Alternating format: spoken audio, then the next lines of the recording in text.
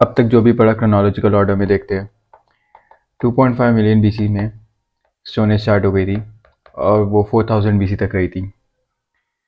फिर 4000 बीसी में हमारी चारकोलिथिक एज स्टार्ट हो गई थी, जिससे का एक पार्ट था इंडस वैली सिविलाइजेशन, जो अराउंड 2700 बीसी में फ्लॉरिश्ड हो गया था। ये 1700 बीसी तक रहा था, इसके बाद इसका डिक्लाइन हो गया था। फिर हमने 1500 बीसी से देखा था कि वैदिक एज स्टार्ट हुई थी, जो 600 बीसी तक चली थी। वैदिक एज को हमने दो पार्ट में डिवाइड कर दिया था, एक था ऋग्वैदिक एज और एक था लेटर वैदिक एज। ऋग्वैदिक एज इसलिए कहते थे क्योंकि उसमें ऋग्वेद बना था और लेटर वैदिक एज में बाकी के 3 वेद बने थे। जो ऋग्वैदिक एज था वो 1500 बीसी से 1000 बीसी तक था और उसमें ट्राइबल किंगडम्स बन चुके थे। अलग अलग ट्राइब्स थी, उनके अलग अलग ट्राइबल किंगडम्स थे, जैसे भरत, पुरु, मत्स्य और बाकी। जब लेटर वैदिक एज आई हमने देखा अब वो ट्राइबल किंगडम्स जनपद बन चुके थे, मतलब वो किंगडम बन चुके थे। और 600 बीसी के बाद से जो वो जनपद थे अब वो महाजनपद बन चुके हैं। महाजनपद होते हैं द ग्रेट किंगडम। तो इस वीडियो में हम उन्हीं महाजनपद की बात करने वाले हैं और स्पेशली मगध की बात करने वाले हैं। So let us begin without any delay. हमने देखा वैदिक एज 600 बीसी के टाइम पे खत्म हो गई थी और उस टाइम पे 600 बीसी के टाइम पे इंडिया में काफी इंडिपेंडेंट किंगडम्स एस्टैब्लिश हो गए थे। कुछ किंगडम्स मोनार्कियल गवर्नमेंट थे और कुछ किंगडम्स रिपब्लिक थे। मोनार्कियल मोस्टली गैंगेटिक वैली में थे, इस वाले एरिया में। और जो रिपब्लिक किंगडम्स थे वो हिमालयाज या फिर नॉर्थ वेस्ट एरिया में थे। हिमालयाज में यहाँ पे नेपाल भी इस साइड आता है और नेपाल में भी कुछ किंगडम्स है। उन कुछ रिपब्लिक किंगडम्स में एक ही ट्राइब हुआ करती थी, या तो साक्या या लिच्छावीज या फिर मालास। ये तीनों ट्राइब्स काफ़ी प्रोमिनेंट थी।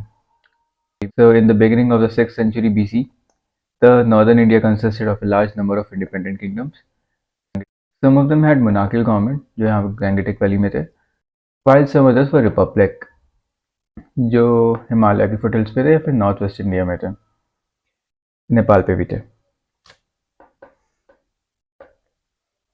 और कुछ रिपब्लिक किंगडम्स में सिर्फ एक ही ट्राइब हुआ करती, जैसे साक्या, लिच्छावीज या फिर मालास।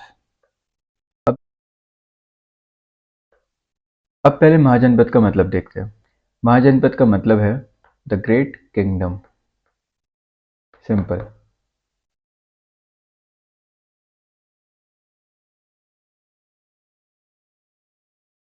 अब एक बुद्धिस्ट लिटरेचर है अंगुत्तर निकाय। ये काफ़ी इंपॉर्टेंट है, यूपीएससी में इसके ऊपर क्वेश्चन आ सकते हैं, इसका नाम आपको याद होना चाहिए। तो अंगुत्तर निकाय एक बुद्धिस्ट लिटरेचर है, उसमें ऐसे 16 ग्रेट किंगडम्स की बात करी गई है जो 600 बीसी के टाइम पे थे। तो 600 बीसी के टाइम पे 16 महाजनपद थे, ये महाजनपद है। ये जैन टेक्स्ट में भी बात करी गई है 16 महाजनपद के बारे में, बट अंगुत्तरा निकाय इंपॉर्टेंट है और इसका नाम याद होना चाहिए। यूपीएससी इसके ऊपर काफ़ी इजीली क्वेश्चन पूछ सकता है और ये पता होना चाहिए। अब हम उन महाजनपद के बारे में देखते हैं। इनके नाम याद करना भी बहुत इंपॉर्टेंट है, इसके ऊपर भी क्वेश्चन बन सकते हैं। इनके नाम भी और इनकी कैपिटल क्या थी, ये सब पता होना चाहिए। यूपीएससी में क्वेश्चन आ सकता है कि यूपीएससी आपको कोई किंगडम दे सकता है, वो या तो उसकी कैपिटल पूछ सकता है या फिर उसका इंपॉर्टेंट रूलर पूछ सकता है या उसके ऊपर कोई भी फैक्ट पूछ सकता है। तो इन किंगडम्स के बारे में थोड़ी बेसिक नॉलेज होनी चाहिए। सबसे पहले आता है अंग, उसके बाद आता है मगध। मगध की जो कैपिटल थी वो थी राजगृह, ये काफ़ी इंपॉर्टेंट नेम है, इसे पता होना चाहिए। फिर आती है काशी, और काशी की जो कैपिटल है वो है वाराणसी। फिर आता है कुसाला।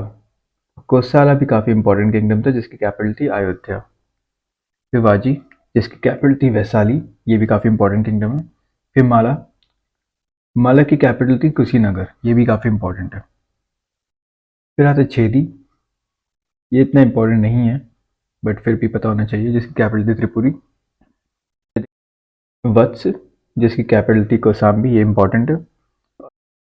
फिर आता है कुरु, जिसकी दो कैपिटल थी, एक हस्तिनापुर और एक इंद्रप्रस्थ। हस्तिनापुर मेरठ के आसपास होती है। ये किंगडम वैदिक एज में काफी इंपॉर्टेंट था, बट 600 बीसी के टाइम पे इसका डिक्लाइन होने लगा था। ऐसे ही पंचाल, पंचाल भी वैदिक एज में काफी इंपॉर्टेंट था और इस टाइम पे इसका डिक्लाइन होने लगा था। ये कुरु और पंचाल इंपॉर्टेंट नहीं है इस चैप्टर के पर्पज से। फिर आती है मत्स्य, जिसकी कैपिटल विराटनगर, ये भी इतना इंपॉर्टेंट नहीं है। फिर सूरसेन, जिसकी कैपिटल है मथुरा, ये भी इतना इंपॉर्टेंट नहीं है। अस्मक, जो थोड़ा डेक्कन में है। अवंती, अवंती काफी इंपॉर्टेंट है और इसकी दो कैपिटल है, एक है उज्जैन और एक है महिष्मती, बाहुबली वाली महिष्मती। तो जो उज्जैन है ये नॉर्थन कैपिटल है और जो महिष्मती है साउथर्न कैपिटल है, और जो बीच में इन्हें डिवाइड करता है वो है विंध्या रेंज। ये विंध्या रेंज है जो अवंती को डिवाइड कर देती है नॉर्दर्न साउथ कैपिटल में। नॉर्दर्न कैपिटल है उसकी उज्जैन और सदर्न कैपिटल है उसकी महिष्मती। ठीक है, अवंती काफी इंपॉर्टेंट है। गंधार, गंधार भी इतनी इंपॉर्टेंट नहीं है। और एक काम्बोज। ये दो नॉर्थ वेस्ट फ्रंटियर पे महाजनपद थे, काम्बोज और गंधार। तो एक बार हम देखते हैं अंग, मगध, काशी, कोसाला, वाजी, मला, छेदी, वत्स, कुरु, पंचाला, मत्स्य, सूरसेन, अस्मक, अवंती, गंधार एंड काम्बोज। ये 16 महाजनपद आपको उंगलियों पे याद होनी चाहिए और इनकी कैपिटल भी साथ में। इसके ऊपर क्वेश्चन इजीली बन सकता है, तो पता होना चाहिए।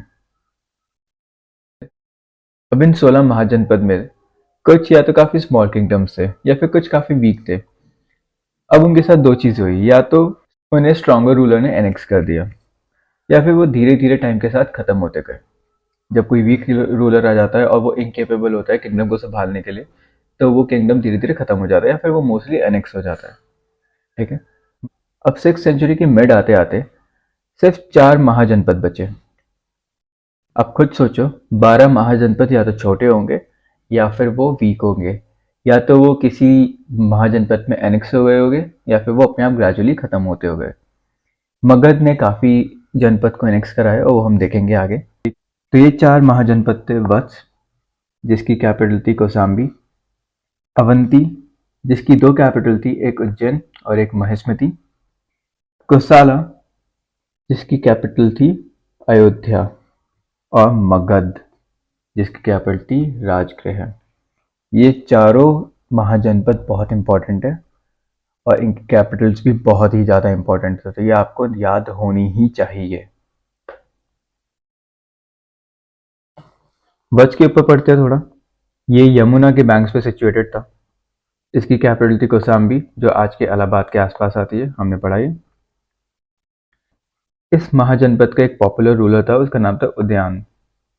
ये नाम याद होना चाहिए, वत्स का कौन पॉपुलर रूलर था, ये आ सकता है क्वेश्चन में। तो वत्स का एक पॉपुलर रूलर था, उसका नाम था उदयन, और उसकी डेथ के बाद अवंती किंगडम ने वत्स को एनेक्स कर लिया था।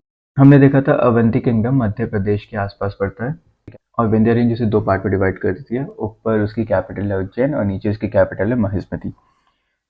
तो अवंती किंगडम ने उदयन की डेथ के बाद वत्स को एनेक्स कर दिया था, तो वत्स का मामला खत्म। फिर हम अवंती के बारे में पढ़ते हैं। ये मालवा रीजन में है, मैंने बताया मध्य प्रदेश के आसपास। दो कैपिटल थी, नॉर्थ में उज्जैन, साउथ में महिष्मती। अब तक आपको याद होने जाना चाहिए। और इसका जो काफी इंपॉर्टेंट रूलर है वो था प्रद्योत। प्रद्योत काफी इंपॉर्टेंट रूलर है। इसकी स्टार्टिंग में लड़ाई मगध के रूलर के साथ होती थी, बट बाद में ये लोग दोस्त बन गए थे। बाद में ये भी मगध के साथ एनेक्स हो गया था। फिर आता है कोसाला। ये आज के अवध वाला रीजन है। ये उत्तर प्रदेश से वेस्टर्न उड़ीसा तक है। इसकी कैपिटल अयोध्या थी। इसका इम्पोर्टेंट रूलर था प्रसेनजीत। प्रसेनजीत काफ़ी इंपॉर्टेंट नेम है और ये आपको पता होना चाहिए। ये कोसाला का इम्पोर्टेंट रूलर है। प्रसेनजीत के पास काशी भी था, मतलब कोसाला ने काशी को भी एनेक्स कर दिया था काफ़ी पहले। तो प्रसेनजीत के पास कोसाला भी था और काशी भी था। प्रसेनजीत ने अपनी बहन की शादी बिंबिसार से करा दी थी। बिंबिसार के बारे में हम आगे पढ़ेंगे। ये एक काफ़ी पावरफुल किंग था और ये मगध का पहला राजा था। प्रसेनजीत ने मैट्रिमोनियल अलायंस करी थी बिंबिसार के साथ और अपनी बहन बिंबिसार को दे दी थी। बाद में प्रसेनजीत ने बिंबिसार की बेटी से ही शादी कर ली थी। प्रसेनजीत के मरने के बाद मगध ने कोसाला को एनेक्स कर दिया था। तो कोसाला भी मगध का पार्ट बन गया। अब हम बात करेंगे Magadha empire. This was the most powerful and prosperous kingdom. यहाँ पे ट्रेडिंग बहुत अच्छी होती थी। यहाँ की लोगों का लाइफस्टाइल काफ़ी अच्छा था। यहाँ की इस स्टेट की इकोनॉमी बहुत अच्छी थी। इनका टैक्सेशन सिस्टम अच्छा था। तो हर कुछ यहाँ पे बढ़िया चल रहा था और इसी की वजह से ये काफ़ी स्ट्रॉन्ग किंगडम था। ये रीजंस हम आगे देखेंगे। So Magadh was the nerve centre of all the political activities in India. मतलब अगर मगध में कुछ हो रहा है तो उसका इफेक्ट पूरे इंडिया पे पड़ता था। अगर मगध का कोई रूलर चेंज हो रहा है, कोई पॉलिसीज मगध चेंज कर रहा है, तो उसका इफेक्ट पूरे ही इंडिया पे पड़ता था। तो मगध इतना ज़्यादा पावरफुल था। मगध के पावरफुल होने के कुछ रीजंस थे। हम मेन रीजंस वो बाद में पढ़ेंगे, बिल्कुल चैप्टर के एंड पे। बट मैं आपको थोड़े बहुत रीजंस बताता हूँ। मगध की जो जोग्राफिकल लोकेशन थी वो काफ़ी अच्छी थी और उसी की वजह से उसे काफ़ी स्ट्रेटेजिक एडवांटेजेस मिलते थे। एक था फर्टाइल सॉयल। अब ये गैंगेटिक वैली में था मगध, इस साइड। वहाँ पे फर्टाइल सॉयल था। गंगा के पास फर्टाइल सॉयल होगा ऑब्वियसली। जो ये राजगृह जगह है, ये आज के झारखंड वाले एरिया में आता है, झारखंड छत्तीसगढ़। अब वहाँ पे हमें पता है आयरन ओर्स मिलते हैं। अगर आपने थोड़ी बहुत ज्योग्राफी पढ़ी होगी तो आपको पता होगा ये। तो आयरन होर की हिल्स थी राजगृह के पास। उसकी वजह से इनके पास आयरन टूल्स काफ़ी होते थे। आयरन टूल्स की वजह से ये वेपन्स बहुत अच्छे बना सकते थे। तो इनका काफ़ी बड़ा एडवांटेज था उनकी लोकेशन। गया जो बिहार में पड़ता है, वहाँ पे कॉपर डिपॉजिट्स है। और जो ये रास्ता है, ये पूरा रास्ता ये वेस्ट इंडिया को ईस्ट इंडिया से कनेक्ट करता है। तो ये मेन रूट है और मेन रूट पे मगध था। तो location at the centre of the highways of trade. इस ही रूट से ट्रेड होता था वेस्ट से ईस्ट के बीच में। और मगध को हमेशा फ़ायदा होता था कि जब भी कोई ट्रेडिंग होती थी तो वो मगध के थ्रू ही होती थी। मगध से ही निकलना पड़ता था और मगध उसे चार्ज करता था। तो मगध की जो लोकेशन थी वो काफ़ी स्ट्रैटेजिक एडवांटेजेस थी। उसी ही की वजह से मगध काफ़ी पावरफुल और प्रॉस्पेरस बन गया था। तो एक तो फर्टाइल सॉइल था क्योंकि मगध गैंगेटिक वैली में था। अपर एंड लोअर गैंगेटिक वैली के बिल्कुल बीच में था। राजगृह जो आज के छत्तीसगढ़ या फिर झारखंड में आता है, वहाँ पे आयरन और हिल्स थी, जिसकी वजह से इन्हें आयरन टूल्स मिलते थे और आयरन टूल्स की वजह से ये आयरन के हथियार बनाते थे, आयरन वेपन्स बनाते थे और ये पावरफुल बनते जा रहे थे। इनकी आर्मी के पास आयरन वेपन्स थे। कॉपर डिपॉजिट भी थी गया के पास। और तीसरा था जो इनकी लोकेशन थी वो बिल्कुल मेन सेंटर में पड़ती थी ट्रेड के। तो अगर किसी को वेस्ट से ईस्ट इंडिया में कोई ट्रेड करना है तो इसी लोकेशन से जाना होता था और मगध बीच में पड़ता था। तो मगध के लिए काफ़ी इंपॉर्टेंट और काफ़ी एडवांटेजेस जगह थी। कैपिटल इसकी राजगृह, ये जो यहाँ पे थी, ये कैपिटल है इसकी राजगृह। तो ये मगध के बारे में थोड़ा बहुत इंट्रो है। मगध कैसे राइज हुआ ये हम वीडियो के लास्ट वीक पर पढ़ेंगे, इसके सारे रीजन देखेंगे। बट ये थोड़ा बहुत बेसिक था। Fertile soil, iron ore hills और location at the centre of the highways. ये तो काफ़ी सिंपल है। इसकी कैपिटल राजगृह थी। अब मौर्यंस के आने से पहले मगध में 3 डायनेस्टीज रूल करती थी। हम ये बोल सकते हैं मगध में ये सिर्फ 3 डायनेस्टीज ही रूल करती थी। मौर्यन एम्पायर बन गया था बाद में, जिसमें मगध नहीं आता था, आधे से ज़्यादा इंडिया आता था। तो जब हम मौर्यन एम्पायर पढ़ेंगे तो हम सिर्फ मगध की बात नहीं करेंगे। तो अगर मैं बताऊं तो मगध एम्पायर में 3 डायनेस्टीज रूल करती थी। हर्यंका डायनेस्टी, शशुनाग डायनेस्टी और नंदा डायनेस्टी। ये शशुनाग डायनेस्टी है, इतनी इंपॉर्टेंट नहीं है, इसमें ज़्यादा कुछ पढ़ने के लिए है भी नहीं। मेन थी हर्यंका डायनेस्टी और नंदा डायनेस्टी। इनके बारे में हम अब डिटेल में पढ़ेंगे। तो सबसे पहले हम हर्यंका डायनेस्टी पढ़ेंगे। इनके नाम आपको याद होने चाहिए। हर्यंका डायनेस्टी। हर्यंका डायनेस्टी में मेनली 3 इंपॉर्टेंट रूलर थे। सबसे पहले था बिम्बिसार। ये जेंटलमैन बिम्बिसार है। हर्यंका डायनेस्टी 544 बीसी में स्टार्ट हुई थी और 413 में इसका एंड हो गया था। जो इसका इंपॉर्टेंट रूलर वो है Bimbisara. Bimbisara is considered as a founder of Haryanka dynasty और द मगध एम्पायर। इससे पहले भी किंग थे मगध में, बट इसे ही फर्स्ट किंग मगध एम्पायर का मानते हैं या फिर इसे ही मगध एम्पायर का फाउंडर मानते हैं। ये काफ़ी डिप्लोमेटिक पर्सन था। इसने मगध एम्पायर को कंसोलिडेट करा अपनी डिप्लोमेसी से। सबसे पहले इसने अपनी पोजीशन को स्ट्रॉन्ग करा मैट्रिमोनियल अलायंसेस से। सबसे इंपॉर्टेंट पॉइंट है ये बिम्बिसार का। तो अगर आपको बिम्बिसार के बारे में कोई क्वेश्चन आता है तो सबसे पहले आप उसके मैट्रिमोनियल अलायंसेस के बारे में पढ़ोगे, इसकी आपकी डिप्लोमेसी, आप इसकी डिप्लोमेसी बताओगे, आप इसकी मैट्रिमोनियल अलायंसेस बताओगे। तो ये बहुत इंपॉर्टेंट पॉइंट है बिम्बिसार के थ्रू। इसने कुशाला देवी से शादी करी थी। हमने देखा था जो कोसला के राजा थे प्रसेनजीत, उनकी बहन से इसने शादी करी थी, तो कोसला देवी उनका नाम था। तो इन्होंने कोसला देवी से शादी करी थी जो प्रसेनजीत की बहन थी, कोसला के रूलर की। और मैंने आपको ये भी बताया था प्रसेनजीत के पास काशी भी था, कोसला ने काशी को एनेक्स कर लिया था पहले ही, तो इन्हें दहेज में काशी पूरा मिल गया था।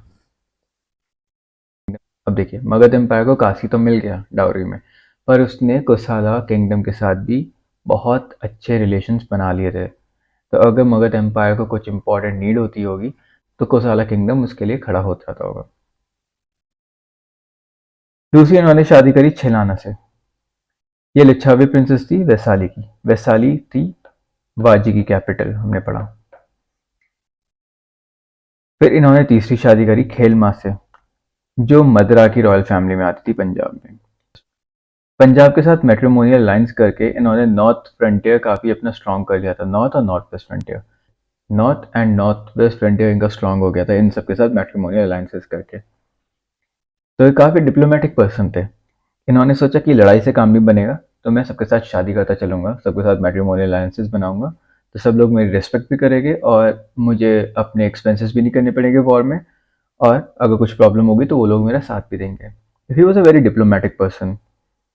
हाँ, इन्होंने एक लड़ाई करी थी अंग के साथ। अंग हमने देखा था मगध के ईस्ट साइड पड़ता है, तो ब्रह्मदत्त को इन्होंने हरा दिया था अंग में। अवंती के साथ इनके काफी फ्रेंडली रिलेशंस थे। अवंती के साथ इनकी पहले लड़ाई थी, बट उसके बाद फ्रेंडली रिलेशंस बन चुके थे। और ये महावीर और बुद्ध के दोनों के कंटेम्प्रेरी ही है। मतलब कंटेम्प्रेरी मतलब जिस टाइम पे ये थे, जिस टाइम पे इनका रूल था, उसी टाइम पे महावीर और बुद्धा भी थे। उसी टाइम पे वो लोग अलाइव थे और वो अपनी डॉक्ट्रिन्स प्रीच कर रहे थे। तो he was a contemporary of Mahavir and Buddha. तो जैनिज्म एंड बुद्धिज्म दोनों ही रिलीजन इन्हें अपना भक्त मानते हैं। जैनिज्म कहते हैं कि बिम्बिसारा हमें मानते थे, बुद्धिज्म कहते हैं बिम्बिसार हमें मानते थे। ऑल्दो ये कहते थे कि बुद्धिस्ट संघ को ये काफ़ी इनॉर्मस गिफ्ट देते थे। मगध एम्पायर के बारे में मैं आपको एक और बात बता देता हूँ। इसके जितने भी रूलर्स थे ये बुद्धिज्म और जैनिज्म को काफ़ी इम्प्रेस करते थे, उन्हें ब्राह्मणिज्म इतना पसंद नहीं था। ऑल्दो उनके किंगडम में आर्यन और नॉन आर्यन पीपल दोनों ही रहते थे, बट फिर भी ये ब्राह्मणिज्म को इतना प्रमोट नहीं करते थे, इन्हें ब्राह्मणिज्म इतना पसंद नहीं था, क्योंकि ये पूरा ही स्टेट काफ़ी लिबरल था। उसी की वजह से पूरा जो किंगडम था वो प्रॉस्पेरस हुआ और पावरफुल बना, क्योंकि उनकी थिंकिंग लिबरल थी। हाँ, तो ये बुद्धिज्म और जैनिज्म को काफ़ी प्रमोट करते थे। फिर आते हैं अजातशत्रु। अजातशत्रु बिंबिसार के बेटे थे और अजातशत्रु ने अपने ही फादर बिंबिसार की हत्या कर दी थी। अजातशत्रु अपनी एग्रेसिव एक्सपेंशन पॉलिसी के लिए काफ़ी फेमस थे। उनके दो मिलिट्री कॉन्क्वेस्ट हुए थे मेन, एक कोसाला के साथ और एक वैशाली के साथ। अब आप सोच रहे होंगे अजातशत्रु के जो फादर थे बिंबिसार, उन्होंने कोसाला के साथ भी फ्रेंडली रिलेशन बना रखे थे और वैशाली के साथ भी। कोसाला के जो किंग थे प्रसेनजीत, उनकी बहन के साथ बिंबिसार ने शादी करी थी। और वैशाली जो वाजी किंगडम कैपिटल है, उनकी प्रिंसेस के साथ भी, लिच्छावी प्रिंसेस के साथ भी बिंबिसार ने मैट्रिमोनियल अलायंसेस बनाए थे। उसके बाद भी अजातशत्रु ने इन दोनों किंगडम्स के साथ लड़ाई करी और उन्हें मगध एम्पायर में एनेक्स कर दिया। So he was famous, he was remarkable for his military conquest. और यही वो जेंटलमैन है जिन्होंने पाटलिपुत्र, जो काफ़ी इंपॉर्टेंट सिटी बन जाएगी मौर्यन एम्पायर के टाइम पे। जब अजातशत्रु कोसला और वैशाली के साथ वॉर कर रहे थे, तो उसी टाइम एक छोटा गांव था पतालीग्राम, जिसमें अजातशत्रु को उसकी इंपॉर्टेंस पता चली। उन्हें पता चला कि इसकी स्ट्रैटेजिक लोकेशन काफ़ी इंपॉर्टेंट है, तो उन्होंने इस पूरे पतालीग्राम को फोर्टिफाई कर दिया और यही पतालीग्राम आगे जाके बनता है पाटलिपुत्र। अजातशत्रु ने पहले जैनिज्म को एम्ब्रेस करा स्टार्टिंग में अपनी इनिशियल करियर में, और बाद में वो बुद्धिज्म में कन्वर्ट हो गए। इनफैक्ट ये गौतम बुद्ध से खुद जाके भी मिले थे, और ये चीज़ भरत भरत का स्तूप जो मध्य प्रदेश में है, भरत के स्तूप में ये पूरा डिपिक्ट करा गया है कि अजातशत्रु जाके गौतम बुद्ध से मिल रहे हैं। इन्होंने काफ़ी चैत्यास और विहार बनाए हैं। हमने जब जैनिज्म बुद्धिज्म पढ़ा तो हमने देखा था कि चैत्यास और विहार मतलब क्या है। चैत्यास असेंबली हॉल थे जहाँ पे मंक्स प्रेयर करते थे, और विहार उनकी ड्वेलिंग प्लेस थी। जब कोई रेनी सीजन होता था तो वो विहार उनके रेस्ट करने की एक जगह हुआ करती थी। और हमने बुद्धिस्ट काउंसिल में देखा था, जो फर्स्ट बुद्धिस्ट काउंसिल हुई थी राजगृह में। राजगृह मगध की कैपिटल थी। जो फर्स्ट बुद्धिस्ट काउंसिल हुई थी राजगृह में, वो अजातशत्रु ने ही कन्वे करवाई थी। और ये Buddhist council immediately after the death of Buddha हुई थी। ये हम लास्ट वीडियो में पढ़ चुके हैं। अब अजातशत्रु के बाद आता है उदयन। उदयन काफी वीक रूलर थे। इन्होंने बस एक काम करा था, जो कैपिटल थी राजगृह में, उसे पटालीपुत्र पे शिफ्ट कर दिया था। इससे पहले इसे पटालीग्राम बोलते थे और अजातशत्रु ने इसे फोर्टिफाई कर दिया था। बट उदयन वो जेंटलमैन थे जिन्होंने फर्स्ट टाइम कैपिटल इस गांव में शिफ्ट कर दिया था और उसे पटालीपुत्र बोला गया था। उदयन के सक्सेसर जितने भी आगे आए थे वो काफ़ी वीक थे, और उनकी वीकनेस की वजह से ये शशुनाग डायनेस्टी मगध को कैप्चर कर लेगी। तो मगध में से हर्यंका डायनेस्टी खत्म हो जाएगी और शशुनाग डायनेस्टी इस्टेब्लिश हो जाएगी। तो हर्यंका डायनेस्टी काफ़ी सिंपल थी। सबसे पहले राजा आते थे बिंबुसार, फिर राजा आते थे अजातशत्रु और उदयन। बिंबुसार के बारे में हमने थोड़ा बहुत देखा कि वो काफ़ी डिप्लोमेटिक पर्सन थे। वो मैट्रिमोनियल अलायंसेस करते थे। उन्होंने 3 इंपॉर्टेंट मैट्रिमोनियल अलायंसेस करी थी। फिर हमने अजातशत्रु के बारे में देखा। अजातशत्रु ने अपने फादर को ही मार दिया था, और अजातशत्रु फेमस थे मिलिट्री कॉन्क्वेस्ट के लिए। तो अजातशत्रु के जो फादर थे बिंबिसार, वो फेमस थे डिप्लोमेटिक, अपनी डिप्लोमेसी के लिए, मैट्रिमोनियल अलायंसेस के लिए, और अजातशत्रु थे मिलिट्री कॉन्क्वेस्ट के लिए।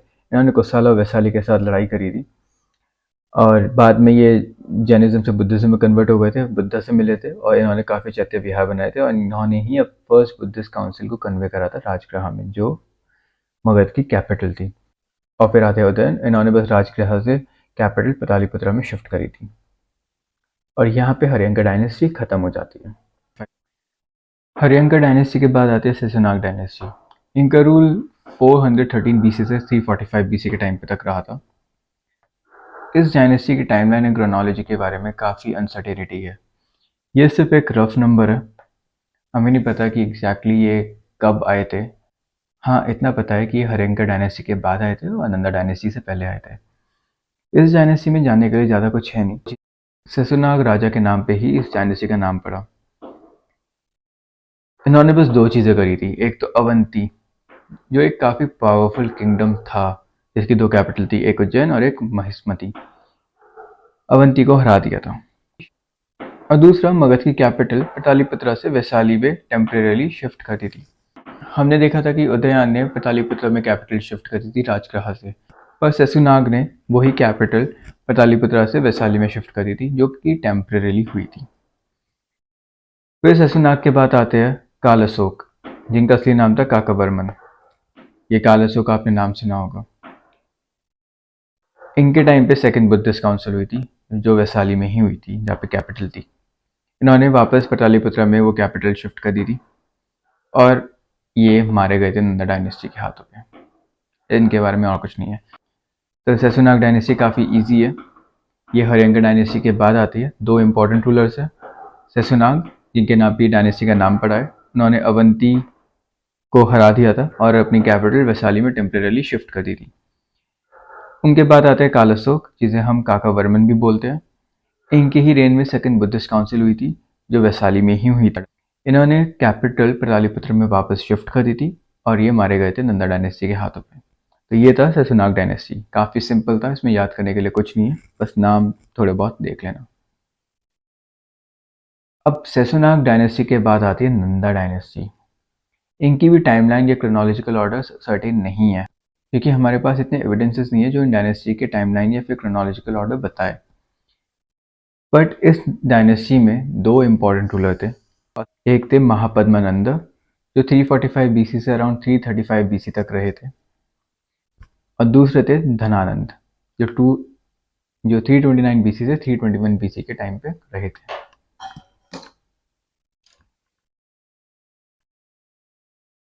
हर्यंका डायनेस्टी, सेसोनाग डायनेस्टी और नंदा डायनेस्टी, इन तीनों डायनेस्टी में से नंदा डायनेस्टी सबसे पावरफुल थी।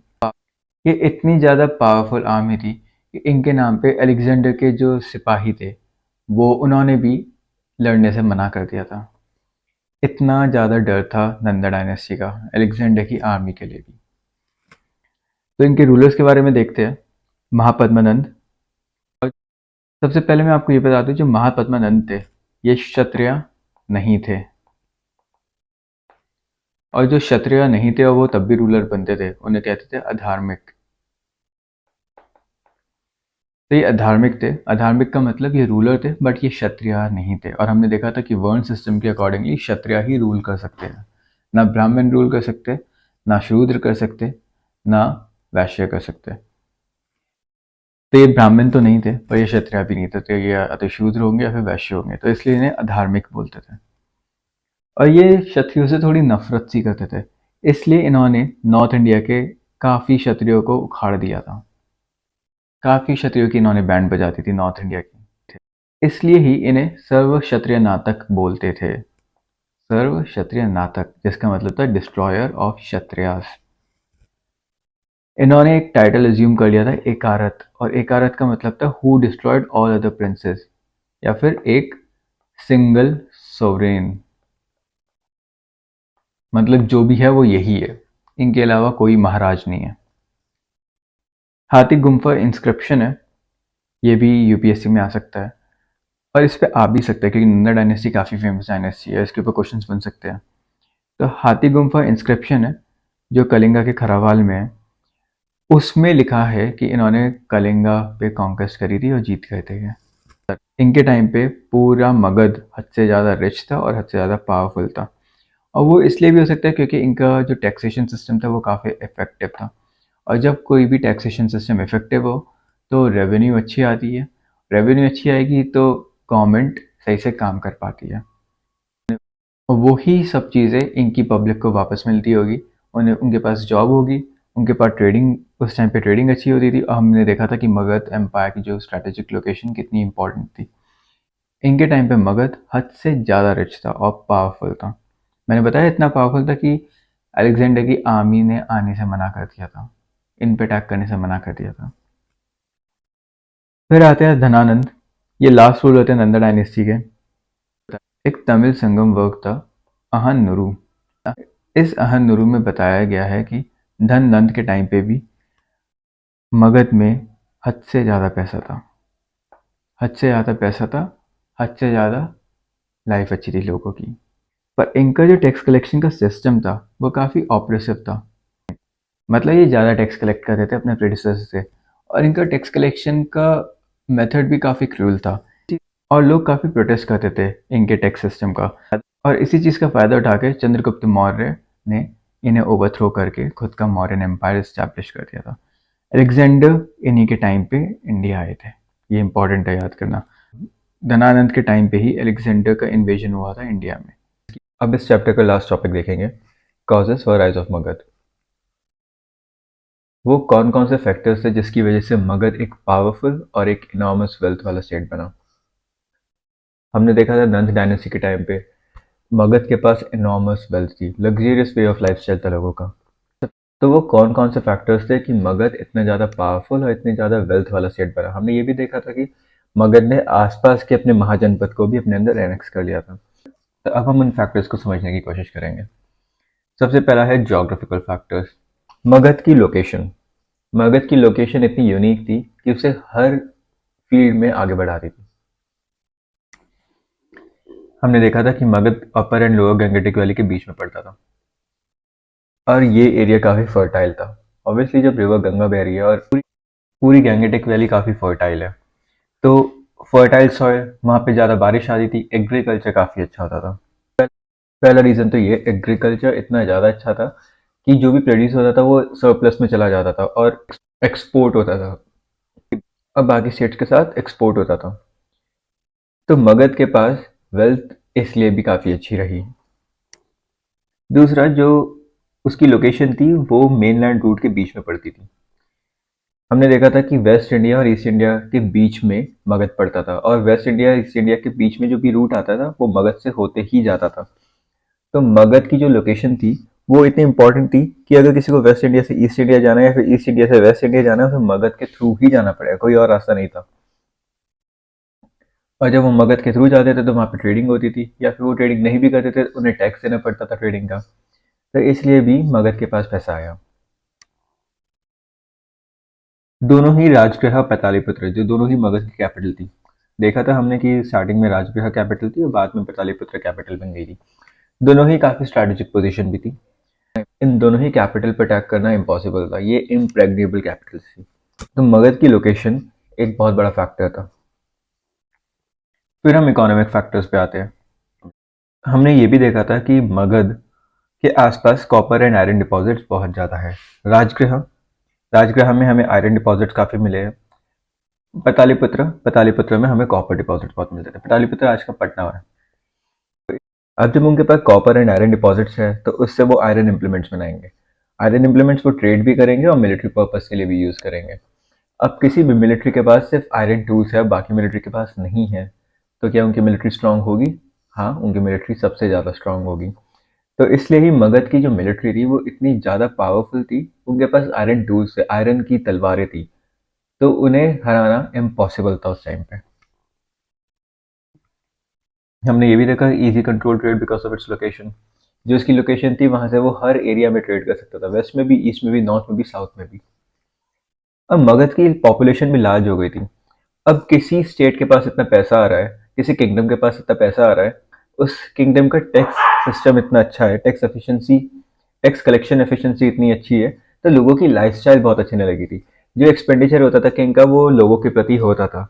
बड़ी बड़ी बिल्डिंग्स बनती थी, वो एक्सपेंडिचर एग्रीकल्चर पे होता था, माइनिंग पे होता था, आर्मी पे काफी होता था। तो पॉपुलेशन भी बढ़ती गई। हर कोई आसपास के एरिया से आके मगध में रहना चाहता था। पॉपुलेशन इसलिए बढ़ी क्योंकि मगध का लाइफस्टाइल बाकी स्टेट्स के कंपैरेटिवली काफी अच्छा था।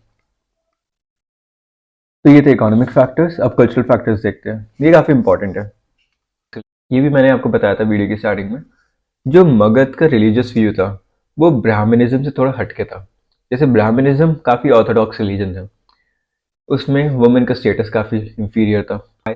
उसमें वर्ण सिस्टम था जिसमें शूद्र और वैश्य को इतना हाई स्टेटस नहीं दिया जाता था, उनका सोशल स्टेटस काफी कम था।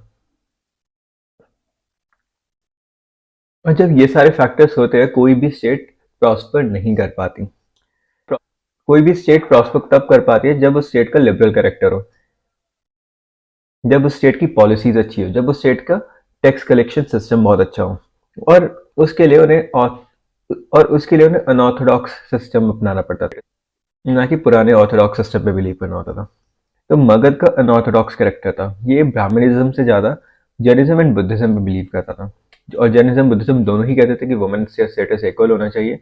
वर्ण सिस्टम के अपोज थे वो, और वो रिचुअल्स में बिलीव नहीं करते थे, वो प्रेयर्स में बिलीव करते थे। तो इसलिए भी मगध का राइज हुआ। मगध में आर्यन से नॉन आर्यन दोनों ही पीपल थे। इन दोनों ही आर्यन और नॉन आर्यन से काफी गुड मिक्स था। और हमने देखा evolution of Jainism Buddhism. Jainism and Buddhism ने पूरी फिलॉसफी और थॉट में रिवॉल्यूशन ला दिया। मतलब अब लोग सोच सकते थे कि ऐसा क्यों है। ब्राह्मणिज्म में सोचना मना था, ब्राह्मणिज्म में जो लिखा है वो ही था। अगर वेद में लिखा है ये है तो वो ही सही है। पर जैनिज्म एंड बुद्धिज्म ने हमें सोचना सिखाया था। जैनिज्म बुद्धिज्म ने हमें क्वेश्चन करने सिखाया था कि ऐसा अगर है तो क्यों है, क्या ये गलत है या क्या सही है। उन्होंने एक मॉरल लाइफ जीने के लिए प्रेस करा था। तो जैनिज्म एंड बुद्धिज्म की वजह से भी मगध का राइज हुआ। और हम लास्ट देखते हैं पॉलिटिकल फैक्टर्स। काफी पावरफुल एंड एम्बिशियस रूलर्स हुआ करते थे मगध में, जैसे कि बिम्बिसार। अजातशत्रु भी काफी अच्छा रूलर था। महापद्मानंद। ये इतने पावरफुल रूलर्स है कि मगध इन्होंने अपनी डिप्लोमेसी, अपने कॉन्क्वेस्ट ऑफ पावर की वजह से मगध को काफी एक्सपेंड कर दिया था। इसलिए भी मगध काफी बड़ा किंगडम था। उनकी स्ट्रॉन्ग स्टैंडिंग आर्मी थी। अब जितना स्टेट के पास रेवेन्यूज होगा उतना वो खर्च कर सकता है, उतना वो आर्मी पे खर्च करता था। उस आर्मी के पास आयरन के वेपन्स थे, तो उनकी आर्मी काफी स्ट्रॉन्ग थी। अवेलेबिलिटी ऑफ आयरन ये हम हर फैक्टर में देख सकते हैं। आयरन था तो स्ट्रॉन्ग वेपन्स थे। और उनका एडमिनिस्ट्रेशन मगध का अच्छा था। मैंने आपको बताया था महापद्मनंद के टाइम पे टैक्स कलेक्शन सिस्टम कितना ज़्यादा अच्छा था। तो एक गुड एडमिनिस्ट्रेशन की होने की वजह से लॉ एंड ऑर्डर को मेंटेन करा जा सकता था, और जब लॉ एंड ऑर्डर मेंटेन होता है तो स्टेट आगे बढ़ता है। तो ये सारे फैक्टर्स से मगध की राइज के